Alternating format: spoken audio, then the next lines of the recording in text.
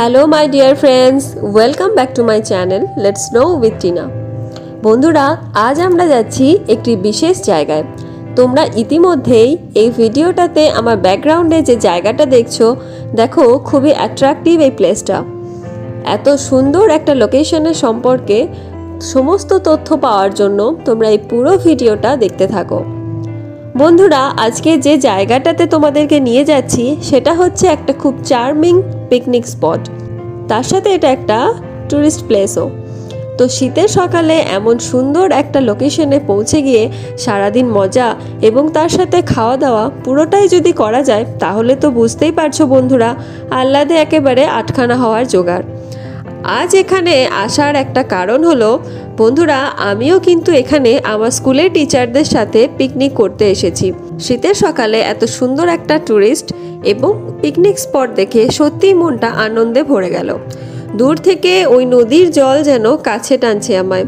কারণ বন্ধুরা, এর আগেই পাহাড়ের যে ভ্লগটা করেছিলাম দেওঘর পাহাড়ে, সেখানেই তোমাদের বলেছিলাম পাহাড়ের থেকেও কিন্তু নদী আমাকে অনেক বেশি কাছে টানে। এটা হলো বন্ধুরা দামোদর নদ, আর এই জায়গাটার নাম হলো রনডিহা ড্যাম। যে বাসে করে আমরা এখানে পিকনিক করতে এসেছি বন্ধুরা, সেটা এই নদীর পাড়ে একটা জায়গায় পার্ক করে পিকনিকের লোকেশনটা ঠিক করার পর এখানে আমরা অনেকটা লং জার্নি করে আসার জন্য টয়লেট গিয়েছিলাম। তো তোমাদেরকে এই ইনফরমেশনটাও দিয়ে রাখি বন্ধুরা, এখানে কিন্তু pay and use toilet available, per head 5 টাকা।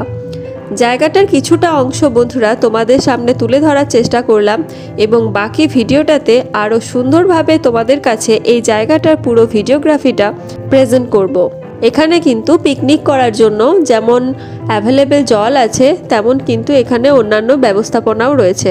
আর এখানে পিকনিক করার জন্য কোনো চার্জ তোমাদেরকে দিতে হবে না, একেবারেই ফ্রি অফ কস্ট।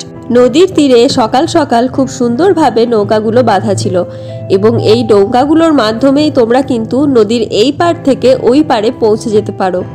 ওই পারে তোমরা গেলে আরও অন্য সুন্দর একটা অনুভূতি পাবে। আমরাও তাই ঠিক করলাম নদীর এই পার থেকে ওই পারে যাব এবং এখানে কিন্তু ওরা পার হেড নদী পারাপারের জন্য 30 টাকা ডিমান্ড করছিল, আর আমরা সেখানে অনেকজন ছিলাম বলে পার হেড আমরা 25 টাকা চার্জ ফিক্সড করেছিলাম। এখানকার জলটা কিন্তু খুবই স্বচ্ছ বন্ধুরা, এবং এখানে ভয়ের কোনো কারণ নেই। এই মুহূর্তে এখানে কিন্তু সেই পরিমাণে জল নেই, তোমরা দেখেই বুঝতে পারছো ভিডিওটা। তবে জল ছাড়লে বিশেষ করে বর্ষাকালে কিন্তু এখানে 2 কূল ছাপিয়ে বন্যা দেখা দেয়। এখান থেকে দেখো জলটা কি সুন্দর দেখতে লাগছে। আমরা এখন নৌকায় করে ওই পারে যাচ্ছি, আর তোমরা জলটা দেখে বুঝতে পারছো জলে একেবারেই হালকা হালকা ঢেউয়ের মতো। অর্থাৎ এখানে কিন্তু সেই নদীর মতন যেমন টানা স্রোত থাকে সেরকম নেই, বুঝতেই পারছো তোমরা, স্থির জলের মতো অনেকটা, যেটা আমরা পুকুরের জলে সাধারণত দেখে থাকি যে হালকা হাওয়ায় যেমন ঢেউ ওঠে, কিন্তু সেরকম বিশেষ কোনো স্রোত থাকে না। তো সেরকমই রয়েছে এটা। আর নৌকায় এই জার্নিটা তো দারুণ লাগছিল, কারণ নৌকাটা যখন মাঝ জলে গেছিল তখন নদীর এই পার এবং ওই পার দুটো দিকই দেখতে খুব সুন্দর লাগছিল। বন্ধুরা, তোমরা দেখতেই পাচ্ছ নদীর ওই পাড়টা সম্পূর্ণ বালির চর। তবে দূর থেকে দেখে মনে হচ্ছিল যেন এগুলো সাদা বালি, আর কাছে যেতেই বন্ধুরা বোঝা গেল এটা কিন্তু তেমনটা নয়। নর্মাল যেমন বালির কালার হয় তেমনই কালার। এখানে তোমরা যে জলটা দেখছো সেটা কিন্তু এই ড্যামের যে লক গেটটা আছে তার পিছনের দিকটা। এখন জলের পরিমাণ এখানে অনেক কম, অনেকটা জল কম আছে বলেই জলটা একেবারে স্থির লাগছে। এই ড্যামটা দামোদর নদের বুকে প্রথম ড্যাম, আর এটা বহু প্রাচীন, সেই ব্রিটিশ আমলে তৈরি। দামোদর নদের বুকে বিভিন্ন কাহিনী তোমাদের শোনাতে শোনাতে আর নৌকা বিহারের মজা নিতে নিতে এই পারে আমরা অবশেষে পৌঁছে গেছি। তো দেখো বন্ধুরা, এই পারে শুধুই ধুধু বালি, মোটা বালির চর। তো তোমরা বুঝতেই পারছো এই নদের কিন্তু নাব্যতা অনেক কম, এখানে জল ধারণের ক্ষমতা খুবই কম, তার কারণ এখানে বালির চর বেশি পড়ে গেছে। তোমরা জানো নদীর ক্ষেত্রে এই বালির চর পড়ে গেলে সেই নদীর নাব্যতা অনেকটা কমে যায়, অর্থাৎ জল ধারণ ক্ষমতা কমে যায় এবং বেশিরভাগ ক্ষেত্রেই বর্ষাকালে তার 2 কূল ছাপিয়ে বন্যা তৈরি হয়। তো বন্ধুরা, এখন তোমাদের সাথে আমাদের কিছু ফটো শেয়ার করলাম নদীর ওই পারে, যেখানে বলছিলাম বালির চর। সেখানের জায়গাটা কিন্তু ফটো তোলার জন্য একদম পারফেক্ট। তো তোমরা যদি ফটো সেশন কিছু করতে চাও এবং প্রি ওয়েডিং শ্যুট করতে চাও, ওখানটা কিন্তু সত্যিই খুব সুন্দর। এবং শুধুমাত্র ওই বালির জায়গাটা নয়, আরও বিভিন্ন জায়গা আছে, তোমাদের দেখিয়ে দেব, যেখানে কিন্তু প্রি ওয়েডিং শ্যুটের জন্য তোমরা ওই জায়গাটা সিলেক্ট করতে পারো। তো বন্ধুরা দেখো, নদীর ওই পার থেকে আমরা যখন আসছিলাম, এখানে জীবিকা নির্বাহের জন্য এখানকার লোকাল মানুষরা মাছ ধরে থাকেন, তো সেগুলো দেখলাম। আর মাছটার সাইজটা তোমরা দেখো কত বড়। এই মাছটার নাম আমি ঠিক জানি না, বলতেও পারবো না, কিন্তু একটা বিশাল বড় অনেক ওজনের মাছ হবে, এটুকু বোঝা যাচ্ছে। এবার তোমাদেরকে বন্ধুরা নিয়ে যাচ্ছি এই রন্ডিহা ড্যামের সবথেকে ক্লাইম্যাক্স পার্টে। এই জায়গাটা এত সুন্দর বন্ধুরা, আমি ওপর থেকে এই ভিডিওটা ক্যাপচার করেছি, সেখান থেকে সত্যি এত সুন্দর লাগছে। এখান থেকে অনুভব করো যে সামনে গেলে বা ওই জায়গাটায় গেলে তোমাদের কতটা সুন্দর লাগবে। তোমাদেরকে বলেইছিলাম প্রি ওয়েডিং শ্যুটের জন্যও কিন্তু এই জায়গাটা একদম পারফেক্ট। তো এটা একাধারে পিকনিক স্পট, অন্য ধারে এটা একটা ট্যুরিস্ট স্পট, এবং কিন্তু এটা প্রি ওয়েডিং শ্যুটের জন্য তোমাদের ফার্স্ট চয়েস হতে পারে। তো এখানে তোলা কিছু ফটো আমি অবশ্যই তোমাদের সাথে শেয়ার করব, এবং তোমরা এই লোকেশনটা খুব ভালো করে দেখো, সত্যিই খুব সুন্দর। আর সব থেকে বড় ব্যাপার হলো এখানকার জলটা এত স্বচ্ছ যে নিচে কি আছে সেটাও দেখা যায়। তবে বন্ধুরা এখানে আর একটা সতর্কবার্তা দিয়ে রাখি, এখানে কিন্তু প্রচুর শ্যাওলা আছে।